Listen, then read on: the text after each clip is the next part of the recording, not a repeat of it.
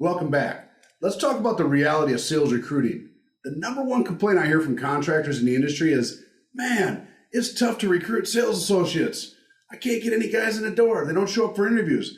Look, recruiting for sales associates and any key manager, for that matter, is primarily an administrative function.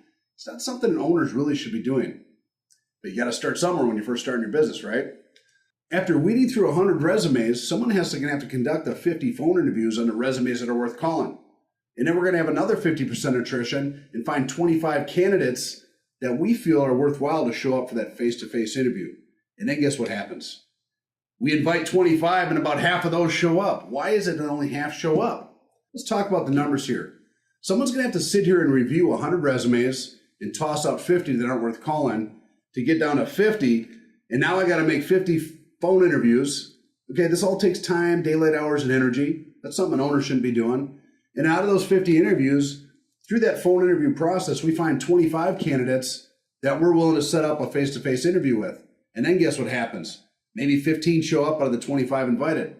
That weeds out another 10. And now we got 15 face-to-face interviews, and we're going to weed out another 50% of that because, look, sometimes people come in through the face-to-face interview, they figure out that they're not a great candidate for the job. You figure out they're not a great candidate for the job. They don't look presentable. Maybe they can't get on a roof. Maybe they can't cross back and forth between those blue-collar and white-collar responsibilities or what have you.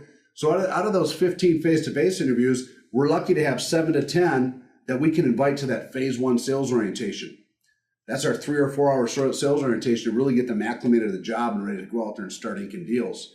Guess what happens after that phase 1 sales orientation?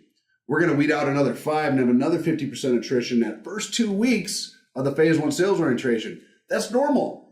And at the end of that first month, we're going to have another 50% attrition, which leaves us with a net effect of 2 to 3 salespeople, perhaps 1 out of the 2 that are truly effective, soon to become top sales producers.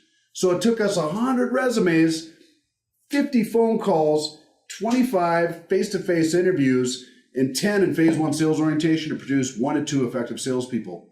Look, that's a lot of reviewing, that's a lot of phone calling, that's a lot of follow-up to get a few salespeople.